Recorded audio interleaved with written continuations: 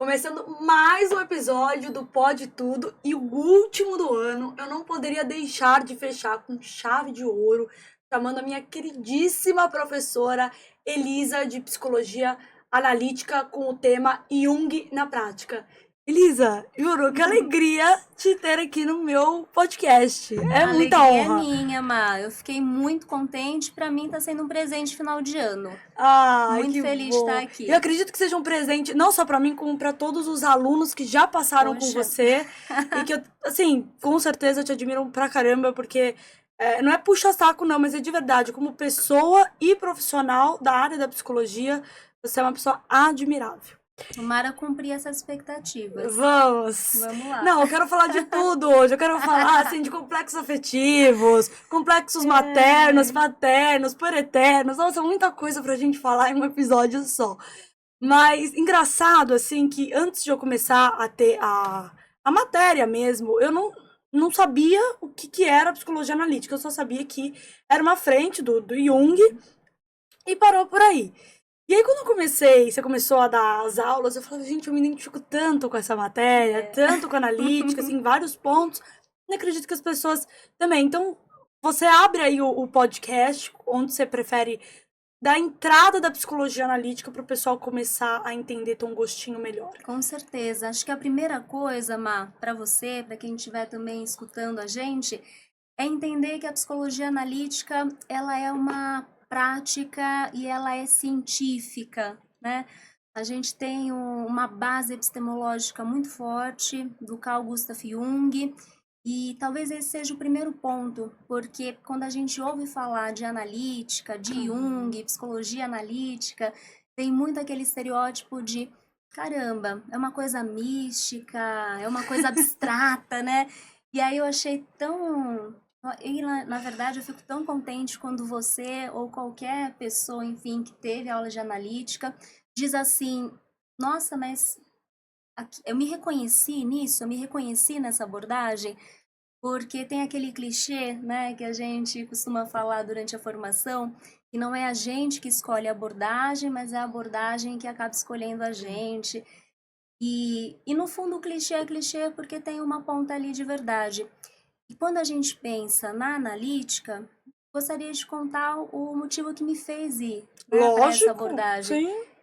Teve um momento, um estalo assim, em que eu falei, caramba, nossa, eu tô lendo aqui e quando a gente lê um teórico, uma teórica, e aí a gente sente uma afinidade de amigo, de amiga, né? Uhum.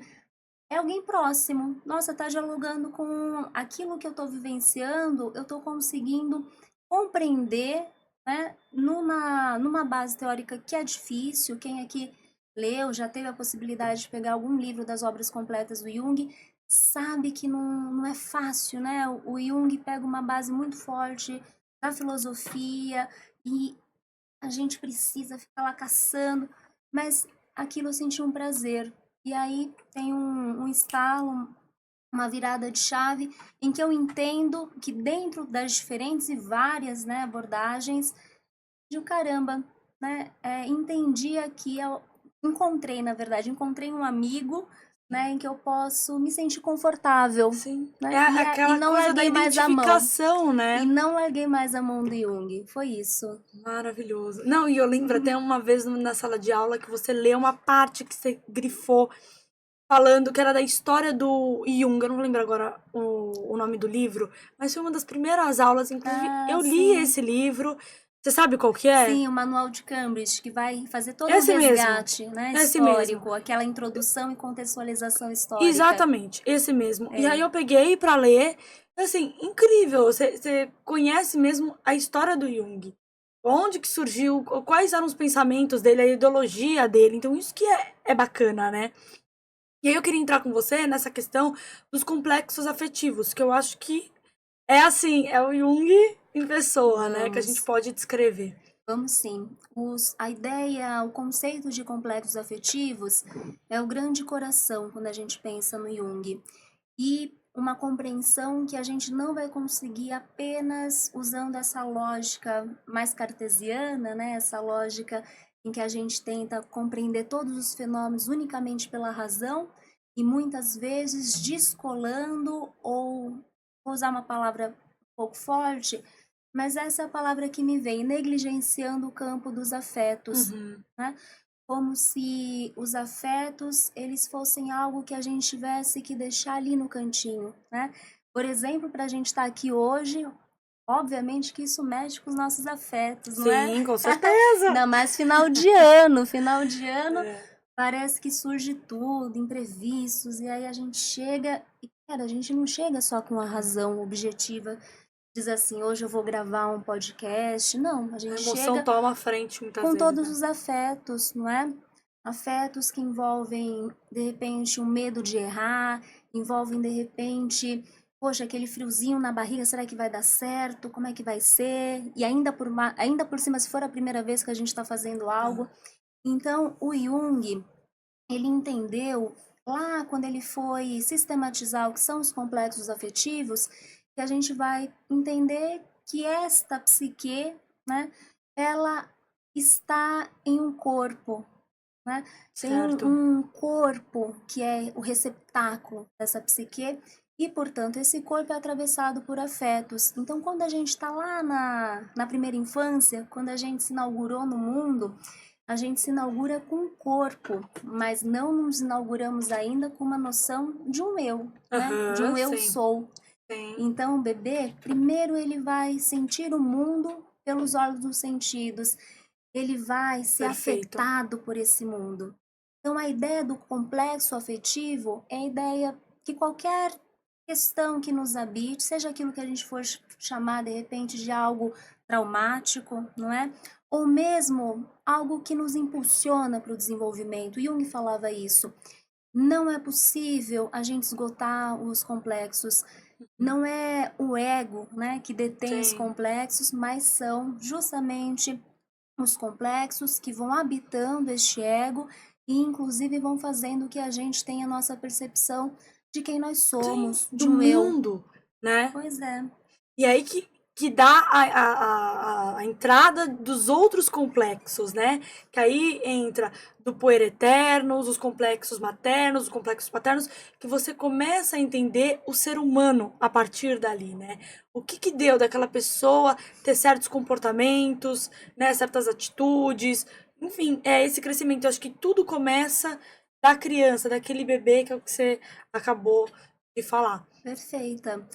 E acho que antes de entrar, né, com mais profundidade em quais são esses complexos, fosse É importante uma aula a isso, tá? gente poder trazer um tanto a perspectiva do aparelho psíquico para o Jung. Sim. Entender também a importância que teve essa caminhada, né, do encontro entre o Freud e o Jung, Uhum. né, o Jung muito mais novo que o Freud, e obviamente que esse encontro foi de muita efervescência, Sim. né, e depois de muita tensão quando teve toda a separação entre ambos, mas acho que é importante dizer essa ênfase que o Jung vai dar, diferentemente quando a gente pensa a perspectiva do Freud, de que além de um inconsciente pessoal, ou seja, aquilo que não necessariamente a gente percebe num primeiro momento, não é? Mas que cai naquela camada mais profunda, que nos Uhum. habita também, o Jung vai dizer, poxa, além de tudo isso, a gente tem esse tal de inconsciente coletivo, que, ao meu ver, é uma base bonita para a gente começar a explicar a ideia de complexos, né? Porque o inconsciente coletivo é aquilo que está permeado e carregado dos arquétipos, ou seja, essa forma primordial, O primeira, selfie, né? o Sim. self. E a gente tem, na ideia do inconsciente coletivo, um tanto quanto essa memória que nos conecta à nossa humanidade ancestral, ao que faz com que eu entenda que antes mesmo de eu estar inaugurada no mundo, antes mesmo de eu entender que eu sou eu, havia algo que foi Algo. se consolidando. Sim. Então, o inconsciente coletivo a gente pode entender que é essa memória da humanidade, né? Perfeito. E uma humanidade que é composta por tantas formas de sociedade, de tantas Tanta sociabilidades, complexidade, né? pegando o gancho de tanta complexidade. Verdade. Pois é, porque daí a gente tem a ideia dos complexos afetivos, ou Uhum. seja, a gente vai experienciar o mundo a partir de um complexo. O primeiro, que a gente sempre fala e que na sala de aula é impressionante, né? Comigo não foi diferente, quando eu começo a estudar, quando eu sou apresentada pela professora Ana Pandini, né? Sobre a ideia de complexos afetivos, e aí eu digo, nossa, mas é isso, é aquilo. E aí a gente vai falar dos complexos parentais, né? Do complexo materno, do complexo paterno, quer a gente tenha tido na nossa criação o nosso pai pessoal ou a nossa mãe pessoal, ou quer não, né? Uhum. Todos nós, a gente sabe, o bebê é a criatura, né? O humano é a criatura frágil, né? Não Sim. sobrevive sem Eu acho ajuda. que, só abrindo parênteses, foi aí acho que tudo começou a fazer sentido pra mim da psicologia analítica. E parece que é um, um jogo de dominó, sabe? Assim, de quebra-cabeça, que vai juntando as É, pecinhas e tudo vai fazendo sentido. Então, assim, quando fala dos complexos maternos, paternos, cara, parece que forma o ser humano, forma essa pessoa, né? Esse que ser único, legal. incrível. Que legal essa imagem, né, que você traz, Não uma sei se faz muito do sentido, mas eu acho faz, que deu pra porque entender. você trouxe uma imagem que é um dominó, né? Sim, E a gente fala desse efeito dominó, que é sim, um efeito em cadeia, sim, ou seja, se você forma aquela fila ali de dominós e você dá um toque, uma vai alterando a outra, né? totalmente. E essa imagem ela é muito legal para falar dos E o complexos. quebra-cabeça também, porque se você não encaixa uma pecinha na outra, É, aquilo não se junta, né? Enfim. é. A ideia de complexos é justamente esse emaranhado de memórias, né, de percepções de si e também dessa imagem, porque Uhum. quando a gente é criança, a gente ainda não tem a linguagem compartilhada, né? A gente vai apreendendo as coisas do mundo. Se aquele ambiente está quentinho, aconchegante, a gente sente, ufa, uma sensação prazerosa, Sim. né? De relaxar, ou o oposto também é válido. E aí a gente vai aprendendo a se relacionar com o mundo por esse, como eu falei, por esses olhos dos sentidos. E também somos atravessados por uma imagem, que é o que o Jung vai falar da noção de arquétipos. E aí eu volto, por mais que quem de repente vai ouvir a gente, né, não tenha tido uma mãe ou um pai pessoal, né, aquele que nos deu a luz na sua criação, com certeza terá uma ideia de mãe, uma ideia de pai. O ideal, né, de mãe e pai. E essa ideia, esse padrão, né, digamos assim, Uhum. universal e ao mesmo tempo que cabe à historicidade, isso é muito importante, né?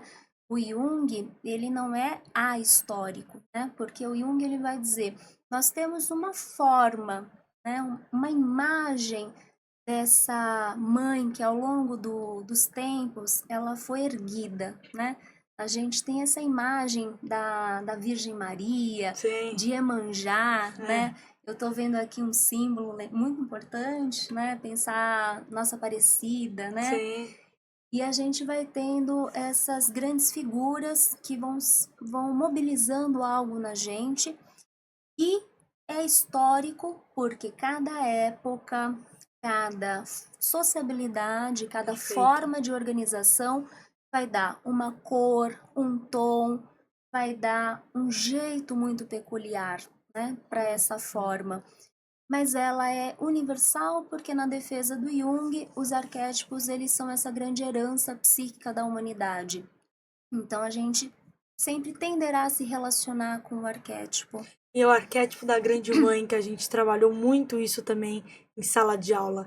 Eu acho que tudo começa com essa grande mãe, que é o que você falou, de se acolher, de proteger, de ser a calmaria, né? Então, eu acho muito interessante essa parte.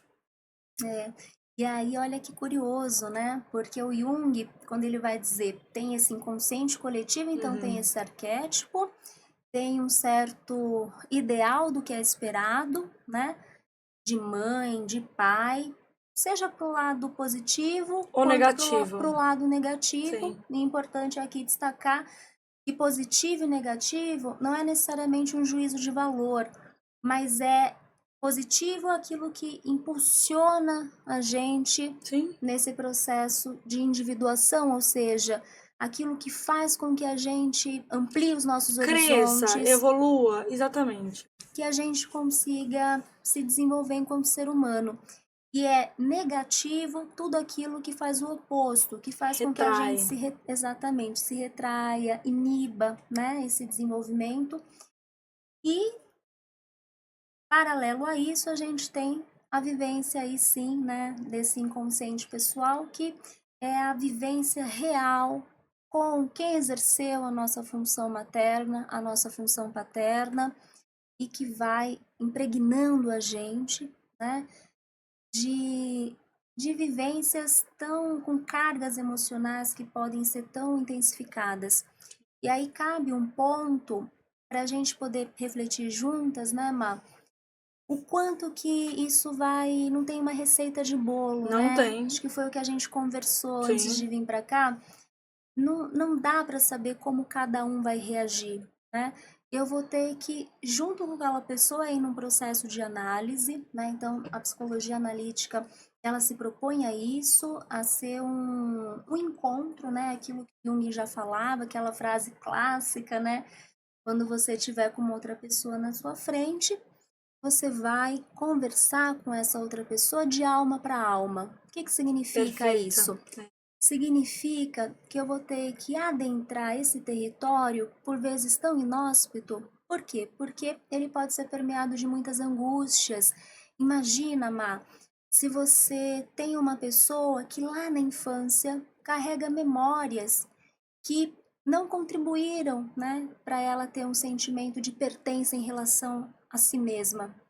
E pelo contrário, a marcaram de um sentimento, às vezes, de se sentir menor, né? Uhum. De questionar se ela era merecedora daquele tal do amor, né? O Sim. amor da mãe, o amor do pai, que tem um peso enorme na nossa vida. E por isso que também é esse arquétipo que está agindo, não é só a vivência. Porque uma pessoa, né, Má, é uma Uma pessoa, ela pessoa é única. falha. Só que quando o arquétipo está se relacionando com esse materno, ai, poxa, daí não é só a minha mãe que tá ali, Eu né? acho que é o mais difícil a pessoa é o que você falou, de alma para alma, né? Que o Jung prega muito isso. Mas eu acho que é o mais difícil a pessoa olhar por dentro da tua alma, porque é tão difícil às vezes você entender o que o outro está passando, e você tem que ultrapassar esses limites para realmente entender e compreender aquela dor e aquele sofrimento que aquela pessoa esteja passando. E tem dentro da psicologia os Uhum. testes psicológicos.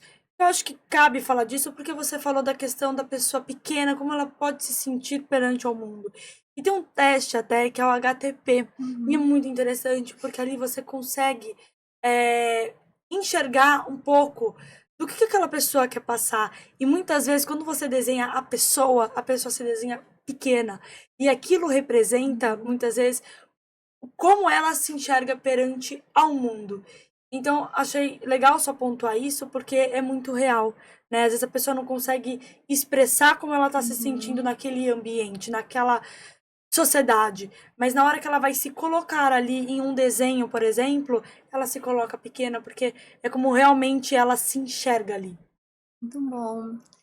Na psicologia analítica, isso é muito legal, né, Má? Porque a gente, daqui a alguns semestres, a gente vai estar juntas de novo, né? Tomara, lá na sala de aula, É. continuar falando de psicologia analítica e dessa vez pensar essa possibilidade na analítica de trabalhar com as técnicas expressivas. Uhum. Então, na analítica, a gente, ao invés de testes, nós vamos utilizar recursos que contribuam para essa expressão daquilo que a gente está falando, que é essa conexão entre o mundo interno e o mundo externo.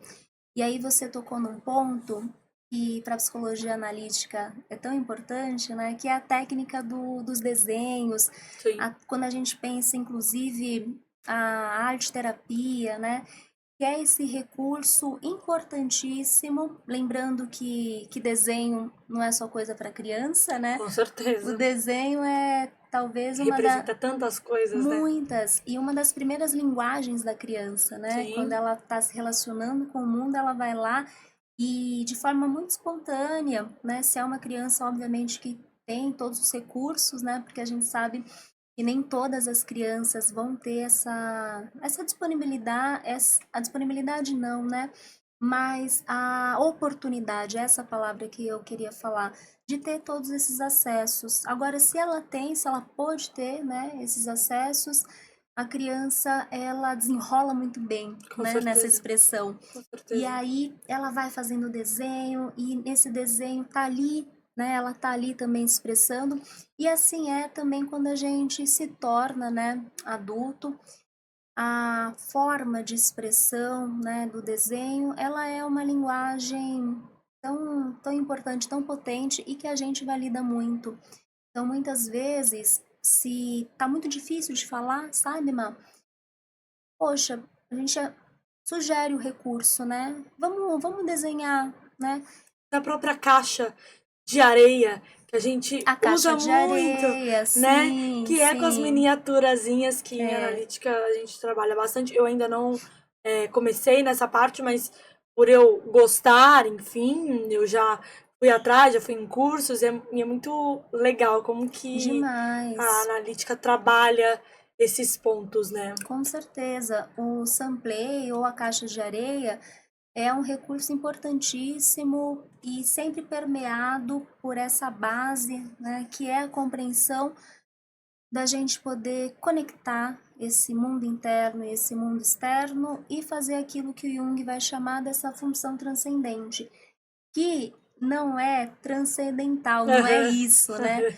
Função transcendente nada mais é do que uma comunicação íntima entre aquilo que nós reconhecemos na gente, né, de uma forma mais consciente, e aquilo que a gente talvez não reconheça ainda, mas poderá vir a conhecer se a gente olhar um pouquinho mais para esse mundo interno. Sim.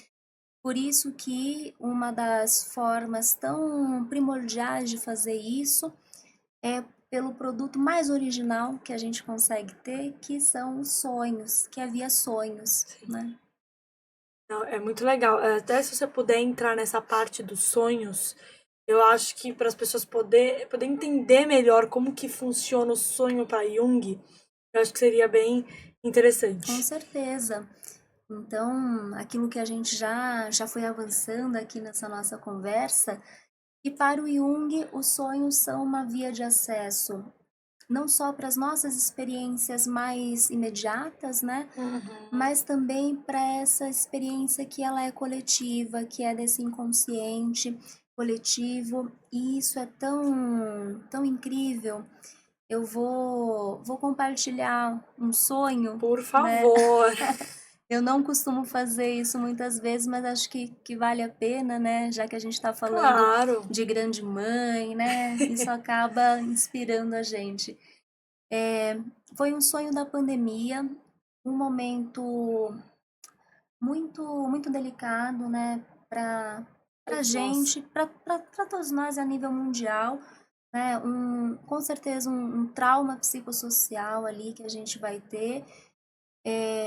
Algumas pessoas na pandemia puderam se aperceber disso e viveram de um jeito, e outras pessoas, tantas, né, que têm os efeitos, enfim, até hoje, né, falando também das implicações materiais, econômicas, né, que isso vai deixando nas famílias, que eu acho que é importante a gente saber que a pandemia ela vai atingir essas diferentes esferas, né? A nível material, a nível emocional, psicológico, em termos de saúde como um todo. Todo. Bom, então foi um sonho desse momento. E aí, neste sonho, eu me vejo andando, né, no que parecia uma vila E eu sou convidada me sinto convidada, né, a entrar numa casa. Ninguém me fala nada, né, mas é uma sensação de que lá eu seria bem-vinda. Eu entro, abro a porta e eu vejo caixas que estão ali empilhadas e me chama a atenção porque tem um livro da Mafalda, né? E a Mafalda tem a ver com aí a minha história de vida pessoal, Sim. né? Essa vivência mais pessoal, enfim, de gostar. E vou adentrando essa casa até que chego num espaço que é como se fosse uma sala. E aí me chama a atenção porque tem uma janela e na janela tem umas tiras de madeira que elas estão intercaladas. E aí, conforme eu ia olhando para aquelas tiras, eu ia vendo a partir das frestas um olhar diferente do que estava do outro lado, que era, Olha né, só. depois eu fui descobrir que era um grande lago. Mas conforme eu ia mais para a esquerda, tinha uns detalhes, né, que no dia a dia, no cotidiano, a gente não para Observar, observar né? tanto, né? Sim. Teve aquele filme, Os Dias Perfeitos, que ficou muito aclamado, né? Porque fala sobre essa importância, né, da contemplação, não é, da natureza. E então foi uma cena de poder contemplar o que estava lá atrás, né? Aham, do E outro lado. olhando de vários ângulos, sempre surgiram novas formas, novos jogos de luzes. Nossa, que interessante. E Como se fosse aquilo um estúdio mesmo de gravação ali, de take, que você vira de lado, mudou o cenário, mudou a cor, mudou tudo, né? e aí me bateu uma sensação de caramba, esta janela, né? Ela é uma janela que ela tá do jeito que ela deveria estar, porque a função dela é instigar em quem a olha essas diversas possibilidades de Verdades. ver o que está lá atrás, né? Legal. Que não há uma única forma de enxergar. E aí eu fico com aquela sensação e curiosa, né? Porque afinal eu quero ver o todo, eu quero ver o que Uhum. está realmente por trás Sim, dessas claro. frestas. E aí eu fico caçando um jeito de, ainda dentro dessa casa, né, de chegar desse outro lado, até que descubro uma entrada pela cozinha que tem essa outra porta e aí sim ela dá para a parte de trás da sala, né? E entrando nessa porta, a imagem, ela é muito deslumbrante, porque é a imagem de uma floresta enorme, gigante, né? E tem um deck de madeira. No sonho eu lembro de me sentar e de ficar contemplando aquela natureza gigante. E às vezes a gente, no dia a dia, né, nessa cidade, ainda mais cidade de concreto que a gente vive, a gente tem poucas possibilidades, né, de ter essa imagem, né, no nosso cotidiano. Tô falando da gente porque estamos aqui em Sim, São claro. Paulo, né? Não sei É. quem vai ouvir onde que tá. Mas olhando essa natureza, depois vem um pássaro, uma ave, né? Linda também, com umas asas, enfim, um preto e raias, né? Vermelhas e que vai e pousa no deck. Então, aquela imagem, a sensação que dava foi, nossa, me sinto acolhida. E se fosse para dar algum nome para essa sensação, seria aquele colo de mãe, né? Que Para essa imagem, seria interessante. esse colo de mãe. E aí eu acordo e esse sonho ele repercutiu muito, né? Porque em momentos tão difíceis, né, que a gente estava Sim. vivendo, Essa falta de acolhimento, de entendimento, né? E de e percepção de um todo da situação, que a gente era uma incógnita, né? Que a gente iria ver nos próximos capítulos. pois é, a gente teve toda uma questão muito complicada, né? A nível mundial e a nível Brasil também, questão política, né? Uhum. Muitas questões ali. e poder ter aquele sonho, né? Dentro, óbvio, também acho que isso sempre é importante enfatizar, de um lugar de muito privilégio, né? Porque dentro daquele contexto todo tinha uma segurança de trabalho, uma segurança de que, caramba, né? Você tinha uma base, né? Você tinha Vou conseguir ter uma casa, né? Tenho uma casa, não vou precisar, dentro do privilégio, né? De me expor, né? Num risco maior, num período em que não tinha vacina. Então, acho que isso também é importante de falar, Má, porque quando a gente pensa a psicologia analítica, como eu falei, ela não está descolada, ela não pode estar descolada da nossa historicidade, do nosso contexto, né, social. E acho que isso é muito importante porque é uma das coisas também que eu ouço falar da psicologia analítica, né? E acho que isso também é o nosso compromisso de quem vai falar sobre a analítica, de Sim. pontuar que sim, né, é importante a gente considerar todos os atravessamentos e que para que a gente possa também ter preservado esse mundo interno, esta capacidade de sonhar, né? Nós também vamos ter que ter preservado a capacidade, poxa, de sono, né? A qualidade do sono, a qualidade das relações, a qualidade também material, ou seja, ter a certeza que lá no finalzinho do mês eu vou conseguir ter o dinheiro para pagar o É um botijão. todo, né? Um todo. Todas as condições têm que estar preservadas. Uma coisa não existe sem a outra. Não. Por isso que quando a gente pensa a psicologia analítica, ela o tempo inteiro tem um compromisso que é garantir o pensamento, a reflexão crítica sobre quem nós somos e sobre onde nós estamos situadas, porque senão a gente faz uma análise que é aquela análise como se a gente estivesse pairando no ar, descolada, né, Sim. os nossos pés Da da realidade. realidade, Perfeito. perfeito, exatamente, descolada da realidade. E acessar o mundo interno é tão importante quanto a gente poder caminhar nesse chão, né, que nos habita, ou seja, que é a realidade externa. Então é um compromisso enorme, né, Má? E que o E chão dá uma estabilidade, é uma segurança, né? com Querendo ou não. certeza, e que este chão seguro depende, né, de comida boa no, na mesa, Beleza. né, da barriguinha cheia, Perfeito. depende das condições de educação, tudo isso. E esse é sempre o cuidado que eu acho que é tão importante a gente tomar, né, da gente não cair numa psicologia analítica, nesse abstrato, que é o abstrato de ficar descolada da realidade, né?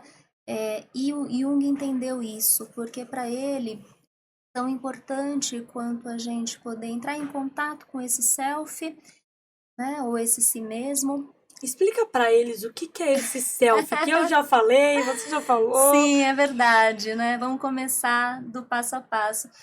O self, gente, o Jung, ele vai alternando ao longo da obra a definição de self.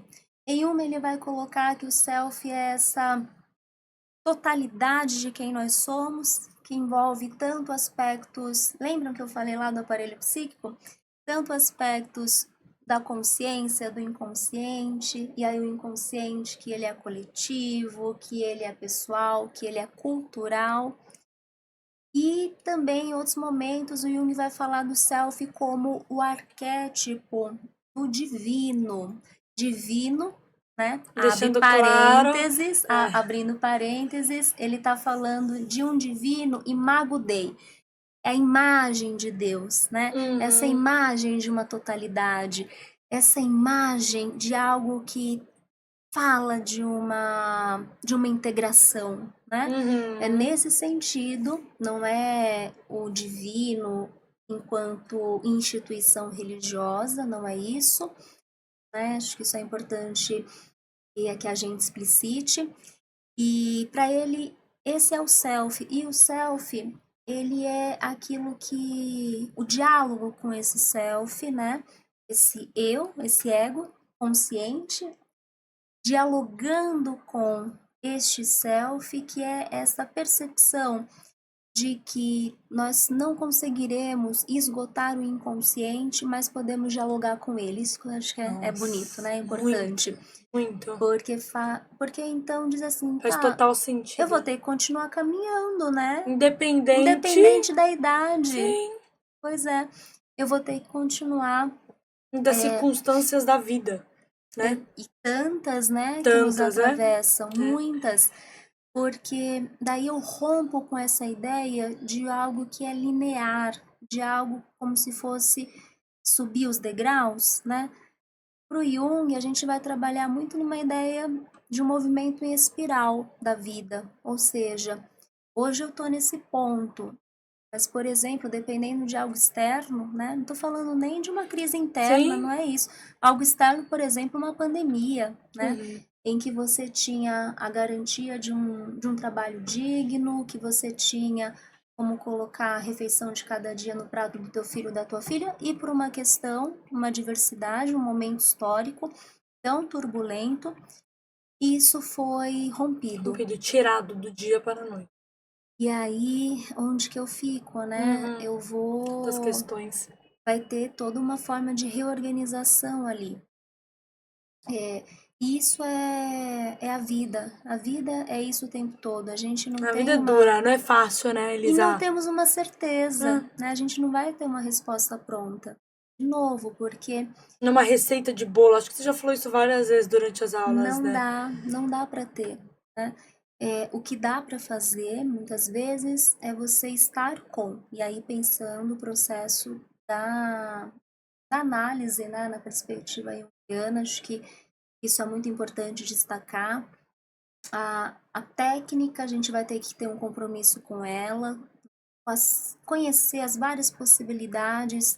Uma delas a gente falou, Sim. Que é trabalhar com os desenhos, a caixa template. de areia, os sonhos, os recursos, né, de amplificação, de imaginação ativa, que são tantos para a gente possibilitar, né, esse diálogo, mas ao mesmo tempo também a gente vai ter essa postura ativa, né, no sentido que temos ali uma relação e temos também um passo a passo, voltando lá nos complexos, Claro. Que foi onde a gente começou. Sim, eu quero entrar nessa parte dos complexos para o pessoal poder entender o que é o positivo, o que é o negativo, o que é o por eternos, né? Exatamente. Eu acho muito interessante, porque eu acho que isso é uma das frentes da analítica. Com certeza, porque não tem ninguém que a gente mais conheça, né, ou desconheça, né, barra desconhece, do que aquela pessoa que nos criou, né?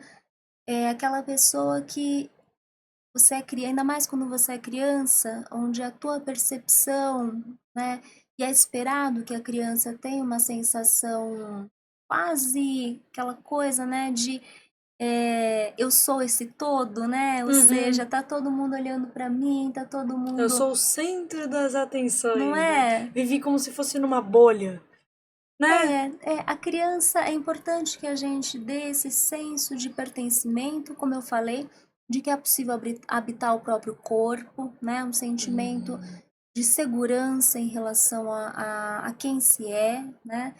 Suportar também quem se é, porque às vezes a gente fala muito pouco disso, né? Ainda mais numa sociedade em que a gente é marcado por tantas ênfases, né? No eu, né? No eu. E aí é difícil, né? Porque um eu que o Jung vai dizer também, né?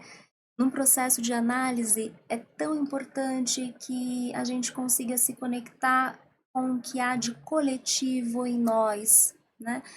A reconhecer que nós somos muitas e, como eu falei, nesse inconsciente coletivo, nós somos as nossas memórias, nós somos também essa humanidade que nos habita e que ela é diversa, né? Muito. E que ela nem sempre vai ser o espelho, né, de quem a gente é.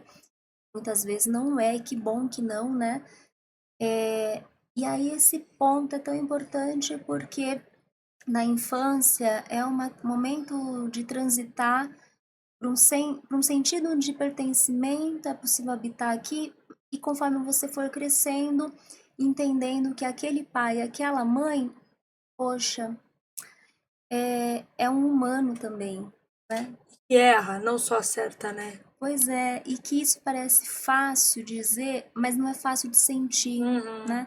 Porque quando uma pessoa não pôde vivenciar nessa, por N situações, né?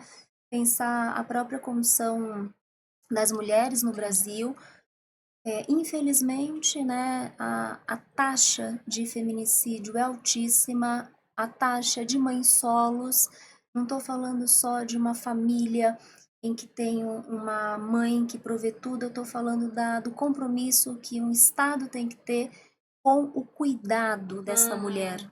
Porque Sim. se hoje, numa sociedade patriarcal, a mulher é aquela que é responsável por cuidar de tudo e de todos, menos dela, então a gente vai ter quem cuide, né? Sim. E o Estado tem uma responsabilidade, né? Pensar em termos de uma coisa que às vezes parece simples, né? Mas que nem sempre a gente para pensar. Nem em todos os lugares no banheiro tem o fraldário da família, É né? Fica verdade. às vezes só no banheiro feminino. Sim. Poxa, E se mas aquele pai tiver com a criança, como que faz? não é? Sim. Então a gente vai ter que entender que essa responsabilidade ela é coletiva desse cuidado. Porém, a gente atribui, infelizmente, um peso e uma carga muito grande a esse materno, né? Uhum. E óbvio que é um materno que tem uma potência gigante, como eu falei, dessa grande mãe, né? Desse sonho que eu compartilhei com vocês, que Nasce é uma se mãe, sentir nasce uma acolhida. culpa, né? Já ouviu essa frase? Nasce uma mãe, nasce uma Essa culpa. frase é um clássico, né? E ela, infelizmente, ela é verídica, Ela é né? real, né? Ela ainda é real. Então, poder falar de novo, né, Má, que o arquétipo ele tem uma historicidade, é poder dizer também que, que a gente vai tendo essa dualidade dessa noção, né, daquilo que a gente entende como essa grande mãe amorosa e a outra face, né, que é aquilo que a gente pode chamar de uma grande mãe devoradora, né? Hoje está Uhum. muito na moda falar de mães narcisistas, né? Sim. Eu acho curioso isso, porque é importante a gente levar em consideração também todos esses atravessamentos, porque aí quando você for crescer, né, e aí sim você já não é mais uma criança, mas você tem uma Responsabilidade. responsabilidade, Sim. né, diante do mundo e dos outros, e é também de compreender o que está por trás da história do teu pai, da tua mãe, né, para além daquilo que é, entre aspas, né? Óbvio que um pai e uma mãe têm responsabilidade, é claro que sim, né? Óbvio que sim. Mas entender também que às vezes a gente está falando de um pai e de uma mãe que não puderam, né, ter a presença garantida de quem atualizasse na relação essa grande mãe, por exemplo, amorosa, né? Por N motivos, né, Sim. Má? Seja porque o ciclo da violência ele se perpetua nas gerações, né? Uhum. Às vezes aquela mulher nunca recebeu amor, nunca recebeu Exato, carinho. Então, ela não sabe passar isso, né? Mesmo sendo o pois próprio é, filho. Mas existem outras maneiras nessa relação que podem atribuir o pois é. amor, né? E inclusive com os pais, né? Sim. Poxa, a gente ainda tem uma questão que é, ai, o pai é aquele que bota o dinheiro em casa, né? Mas O espera, bravo, o que dá o limite, o que briga. o pai também é aquele que nutre afetivamente, o pai é aquele também que dá um colo, um aconchego e diz vai ficar tudo bem, né? E dá uma segurança. Uma segurança e que não é só a segurança do provedor, né? De colocar lá o dinheiro. Sim, Até porque hoje, infelizmente, as coisas estão mudando. Que bom, mudando, né? claro. Que bom. Claro. E aí, falando desse arquétipo da grande mãe, né? Paterno, materno, eu queria entrar nessa questão do Puereternos, né? Que é dessa criança perpétua, né? Vamos se Uhum. dizer assim. Eu acho que também a gente tem que entender o que se dá para aquela pessoa carregar as crenças, né? Atitudes infantis que levam até a vida adulta. Com certeza. Quem tiver interesse, tem uma referência muito legal que é da Marie von Franz, chama Puereternos. E é Inclusive, acho que um. você já me passou esse livro. Eu sempre indico, É, porque ela é, ela é ótima, né? Ela trabalhou muitos anos ao lado do Jung.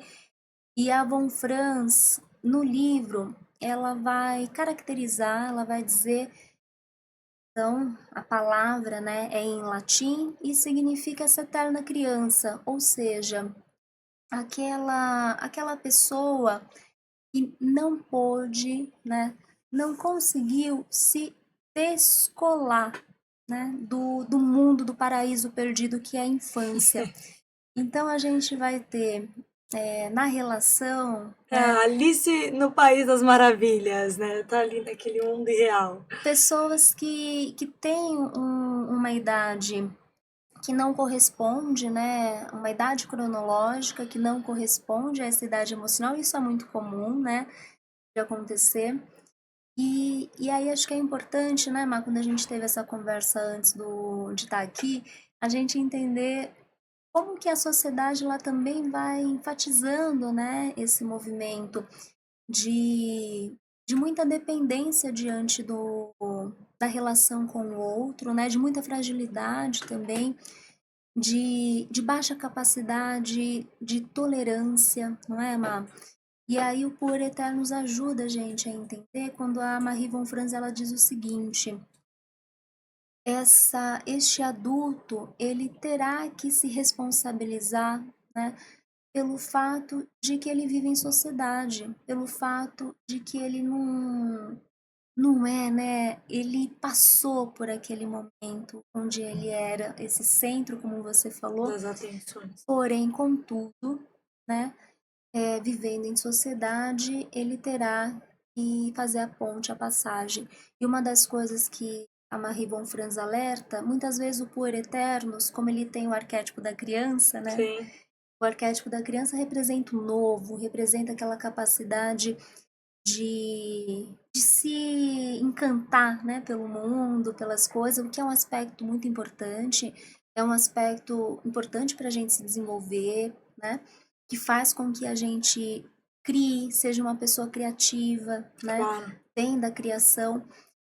Então, a Marie von Franz vai dizer que é um grande desafio, porque ao mesmo tempo que não é aniquilar, né, arrancar Sim. esse A arquétipo da raiz, né? criança, Sim. mas é fazer com que nós continuemos nos relacionando com essa criança, né? Ao mesmo tempo em que a gente faça a passagem para o mundo adulto. E na nossa sociedade, parece que hoje isso vai ficando mais difícil, né? Cada vez Parece que é mais uma realidade.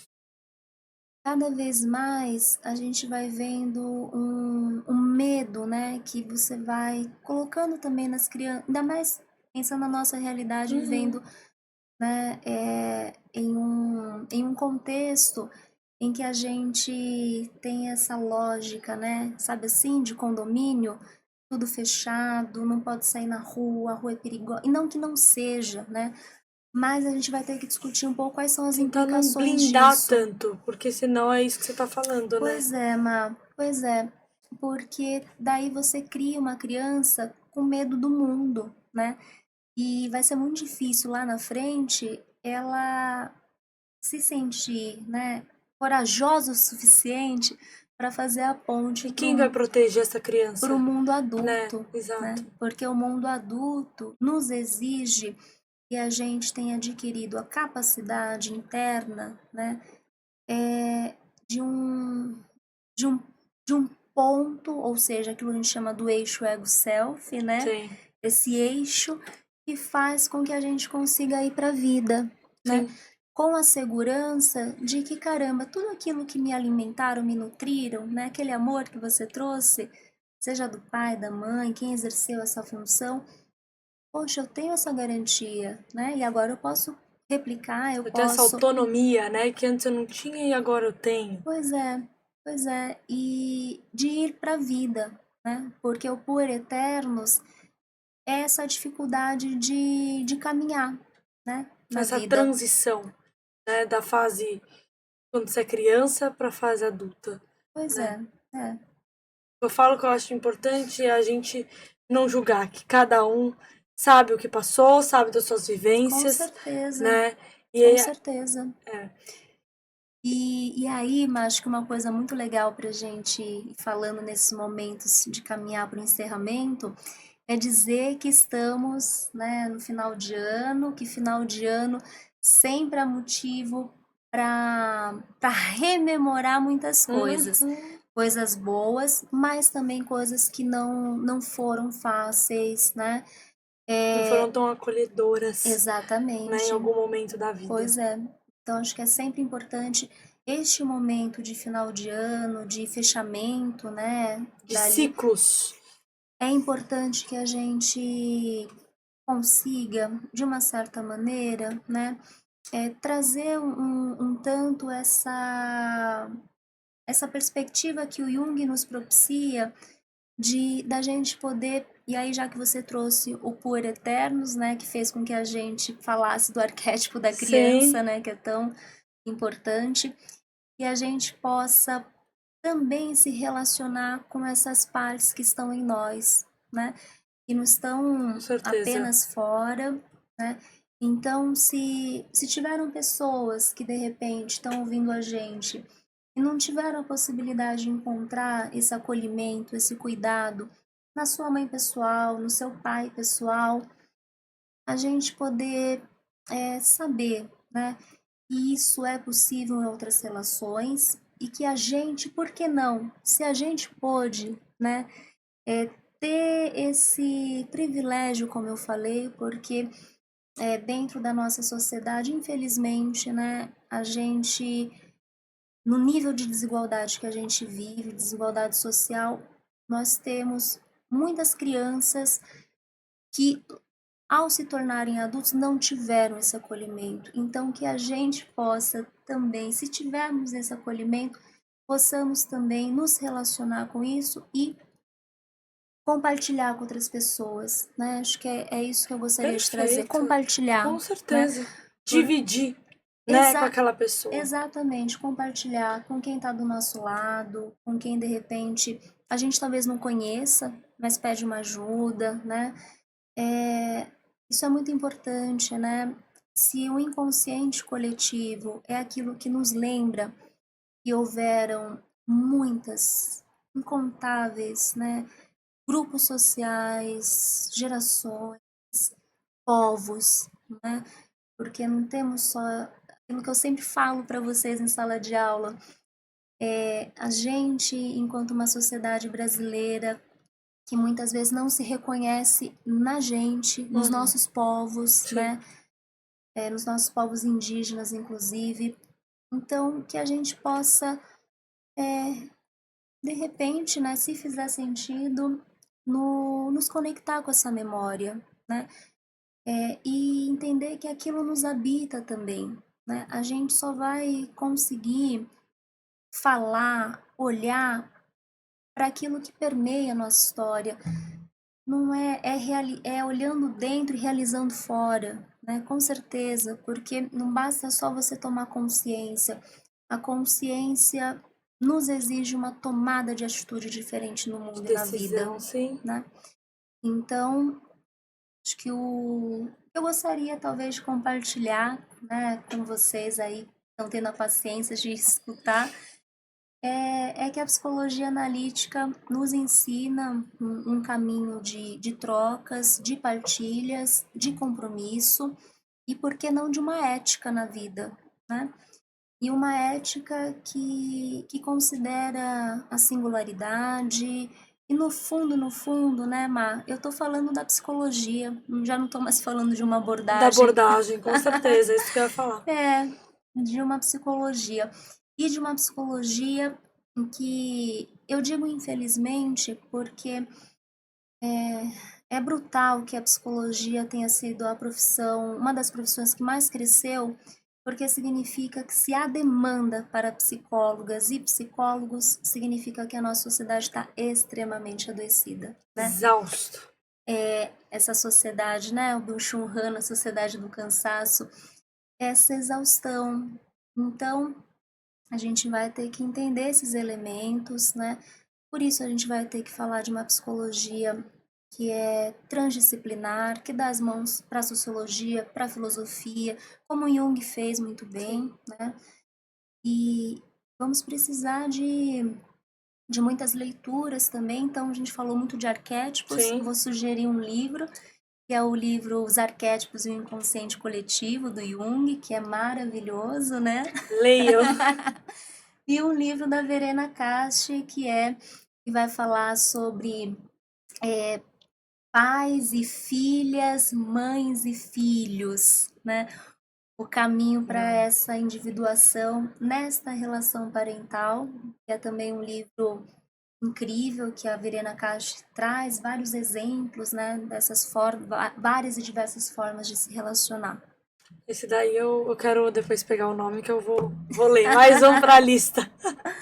Mais um. Mas sensacional. Por isso que eu fiz questão que você estivesse aqui no Pode Tudo, porque você é tão precisa nas suas palavras que eu acho que eu não conseguiria expressar o que você conseguiu falar aqui durante todo esse episódio. Eu tenho certeza que isso vai abrir a cabeça de muitas pessoas. Às vezes aquela pessoa que não tinha muito um caminho, agora vai pegar uma anotação do livro que você deu, vai ler, vai procurar ajuda. É isso, acho que um tem que dar a mão pro outro, um tem que acolher o outro.